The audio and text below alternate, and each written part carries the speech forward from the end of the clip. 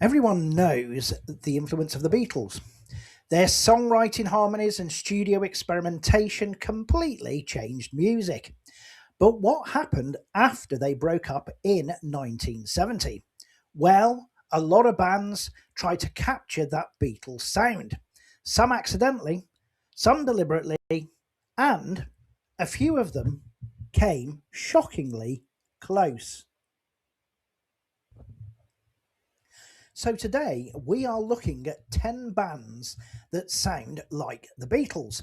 Some of them were even connected directly to the Fab Four. But let's start, of course, with the most obvious.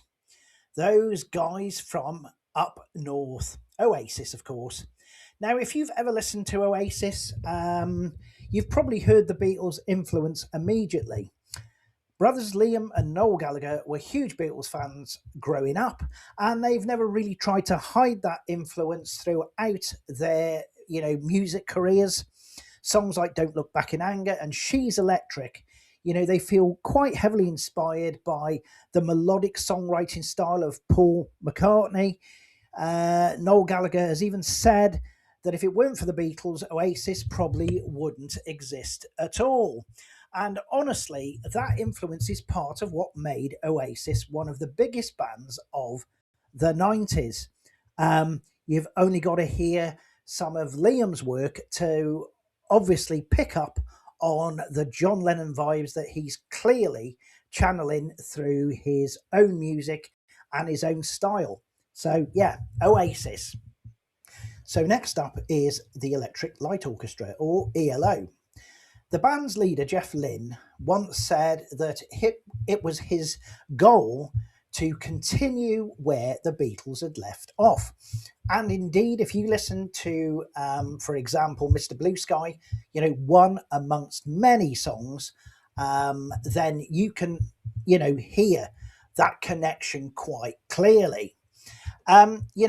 Again, Jeff is using huge harmonies here, layered production, the orchestral arrangements, all the sort of things that the Beatles were using in 67 with albums such as Sgt. Pepper's Lonely Hearts Club Band. And Jeff even became close friends with George Harrison later in life. And if you've ever seen the Beatles Anthology TV series, you'll notice that Jeff is the one overseeing the work that's being done by the remaining Beatles, Ringo, George, and Paul, when they were working on John Lennon's demo tapes to produce Free as a Bird, Real Love, and Now and Then.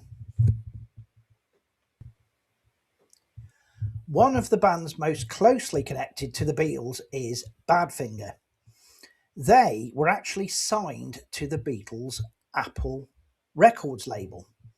Their song, which you may have heard, Come and Get It, was written and produced indeed by Paul McCartney himself. Now, musically, Badfinger captured the same sort of melodic pop songwriting that made the Beatles famous in the first place. But unfortunately, the band's story turned out to be one of the most tragic in rock history, with management issues and financial problems eventually destroying the group. But their music remains one of the closest things, you could argue, to a Beatles continuation. In the 1970s, a mysterious band called Klaatu released an album that sparked one of the strangest rumours in music history. Some fans actually believed this band Klaatu was secretly the Beatles recording together again. Their album 347 EST, or Eastern Standard Time, had a very Beatles-like sound, psychedelic arrangements, layered vocals, and experimental production. The rumours spread so widely, indeed, that newspapers had even started to report it. But of course, it wasn't true. But the fact that people actually believed that it could be the Beatles just shows how Beatles-like Klaatu's music sounded. And yeah, give them a listen. They are out there. You can stream their music. Yeah, there is a similarity. I personally wouldn't say they're as close to being the Beatles, but then again, back in that day, in that time period, you might easily have thought that they were indeed the Beatles recording together again. We also have another strange entry on this list, although a comedic one, to be fair. The Rutles were actually created as a parody of the Beatles. They were part of a comedy project by Eric Idle from Monty Python. But here's the weird thing: the songs were so well written that they genuinely sound like the Beatles. They honestly do. And again, check out the Rutles. It has got to be one of the greatest parodies of the Beatles ever made, I think. Fantastic stuff. Um, Even the Beatles producer George Martin was reportedly impressed by how accurate the sound was. And indeed, in a film about the Rutles, George Harrison makes a cameo appearance in the film as a reporter. So yeah, two things to check out because they are really accurate and also really funny too. Moving on into the 80s now, we have a band called XTC. Now, their later albums, especially Skylarking, show a Beatles influence. And if you've ever heard Make Enough for Us, a track by XTC, you can actually hear um, clearly a Beatles influence there. And I think, if I'm correct in saying, the actual beat of it all reminded me of something that could have been off, Revolver, such as Tomorrow Never Knows. But, a very good track. Again, check it out. Now, songwriter Andy Partridge of this band XTC, he often used complex melodies, to be honest, unusual chord changes, and rich vocal harmonies. And again, of course, these were all trademarks of Beatles songs, from albums like Revolver, as I've just mentioned, and indeed Rubber Soul. XTC never became massive worldwide, um, but many musicians do consider XTC to be one of the best pop bands of that era, the 80s.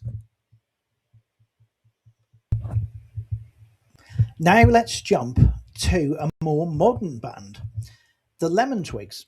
Now, the Lemon Twigs sound like they've just stepped straight out of the late 60s. The band is actually led by brothers Brian Daddario and Michael Daddario. Their music combines, Beatles style, harmonies, with influences really from bands like the Beach Boys.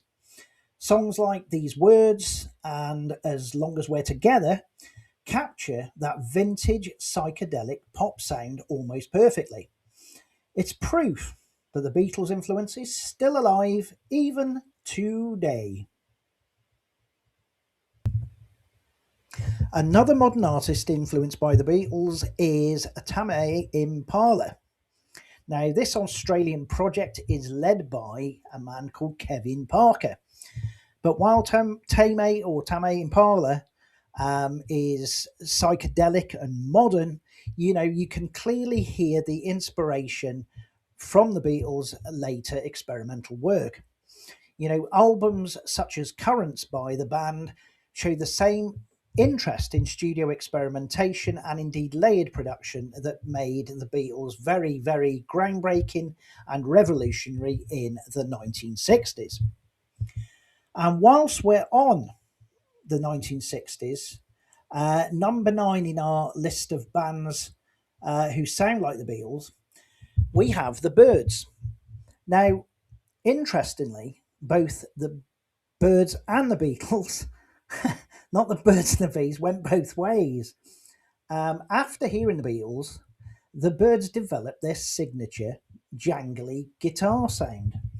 But later, Beatles songs such as If I Needed Someone could clearly, you could clearly hear that had been influenced by the musical stylings of indeed the Byrds. It's probably one of the best examples of how bands in the 60s were constantly influencing each other. Yes, maybe they're in competition with each other at times, but there was clearly that collective mind to learn from each other, which I think is absolutely brilliant. Finally, we have Cheap Trick. Now, this American rock band combined heavy guitars with Beatles style melodies and harmonies. Songs like Surrender show how the Beatles' songwriting style blend with harder rock music. In fact, many critics described Cheap Trick as what the Beatles might have sounded like had they started in the 1970s. So there you go. So anyway, more than 50 years after the Beatles broke up, their influence is still everywhere. From bands in the 1970s trying to continue their sound to modern bands bringing that style into new genres, their legacy is impossible to ignore. And of course, the bands on this list prove that the Beatles didn't just change music once, they're still shaping it today. So let me know in the comments, which band do you think sounds most like the Beatles? And are there any bands that I missed off this list? If you've liked this episode, consider subscribing and liking, and I will see you on the next one. Bye for now.